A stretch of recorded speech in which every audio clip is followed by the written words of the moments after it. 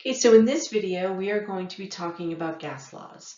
So we are going to be talking about three gas laws here: Boyle's law, Charles' law, and Guy-Lussac's law.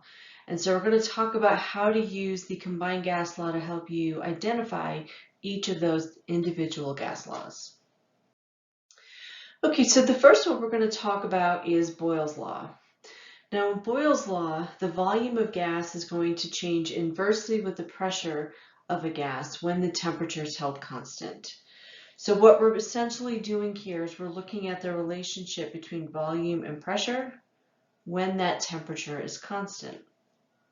And I like this picture, right? I like these two, the picture of these three pistons.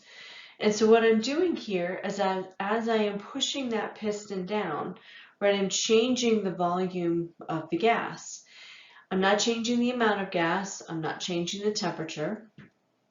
Right, so I'm not making those molecules go any faster. But what I am doing is I am reducing the amount of space that those molecules can move in. And so therefore, they're more likely to hit the sides of the container, and that gives us an increase in pressure. When we're talking about Boyle's law, and this is one of the reasons why I like the inverted triangle, is if I'm interested in just Boyle's law, well, Boyle's law involves pressure and volume.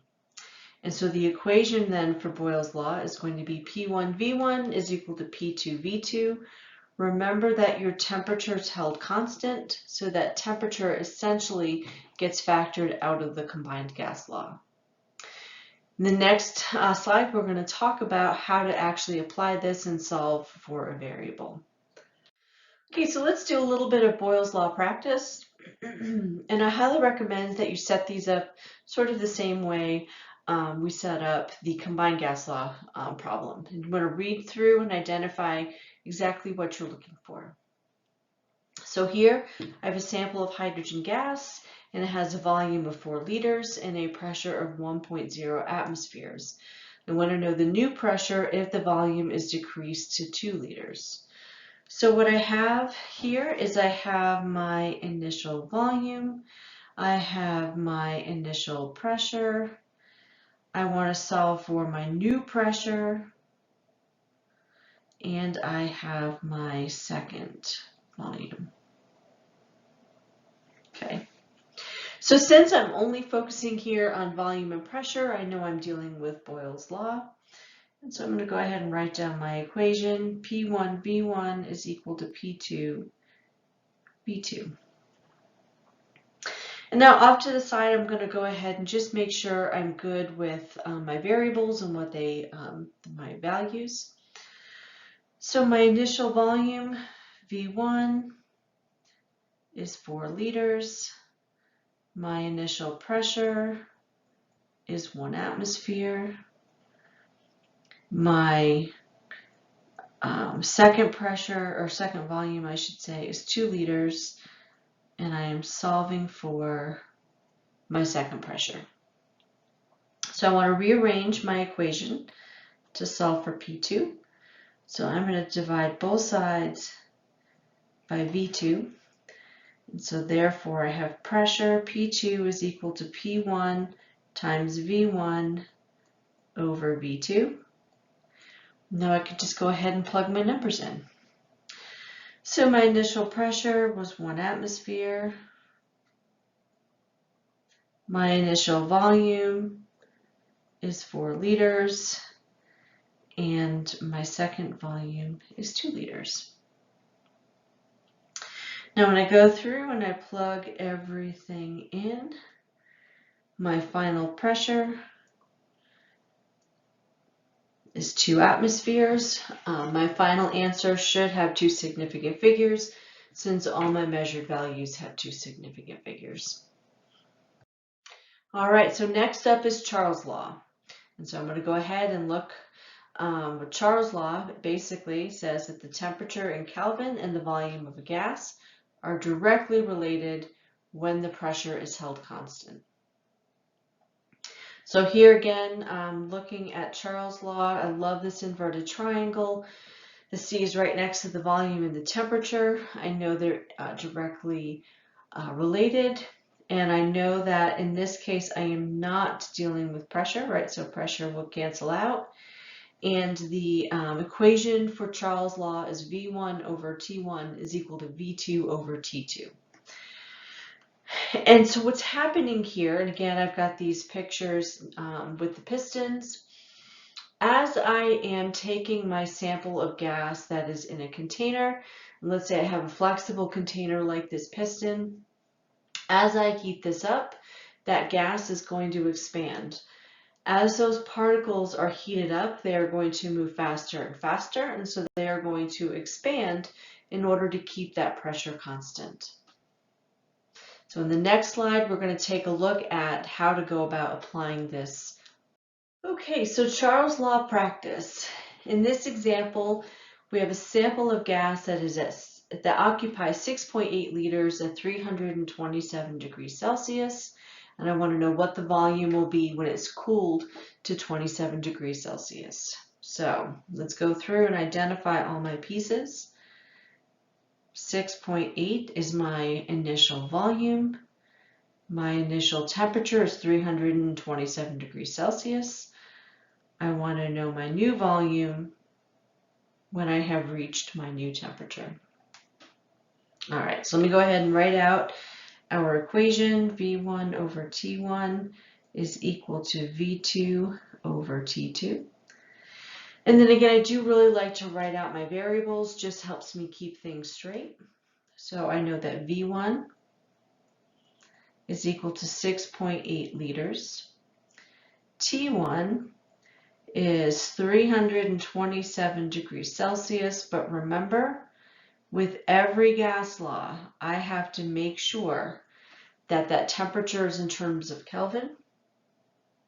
And so when I convert this to Kelvin, it is 600 Kelvin. Notice I put the decimal place after the last zero. I want to make sure that I have the correct number of decimal places for this value. All right, I'm solving for V2. And T2 is equal to 27 degrees Celsius, but again, I have to go ahead and convert that to Kelvin, and that is 300 Kelvin. All right, so now it's a matter of rearranging my equation to solve for V2. So I'm going to multiply both sides by T2. Right, so T2 will cancel. And so V2 is going to be equal to V1 T2 over T1. I just want to go ahead and plug my numbers in. So I have 6.8 liters times 300 Kelvin over 600 Kelvin. And that is going to equal 3.4 liters. And again, I am only allowed to keep two significant figures in the end because 6.8 only has two significant figures.